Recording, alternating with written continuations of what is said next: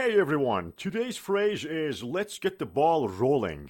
This is a really good phrase. You know, I love this. I like it. It's good. Let's hear this jingle. Yeah, everybody agrees. Everybody agrees, and that is really great. So, today's phrase is let's get the ball rolling. It sounds fun, right? But what's the meaning? We are here to know what this means. Let's see.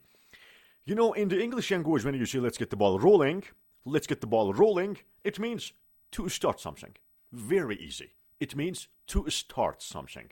Let's get the ball rolling. It means let's start it. Let's begin. Let's commence. Let's start. So, for example, it can be a task, it can be a project, it can be a meeting. It's a way to say let's begin. Let's begin. Let me give you some, let's say, good examples.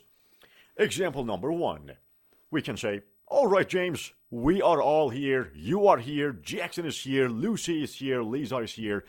Let's get the ball rolling, guys. Let's start the meeting. Let's start the meeting.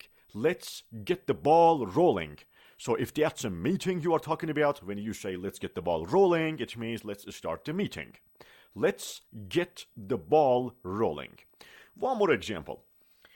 Okay, for example, ladies and gentlemen, the meeting is about to start. For example, that's a meeting now. The meeting is about to start.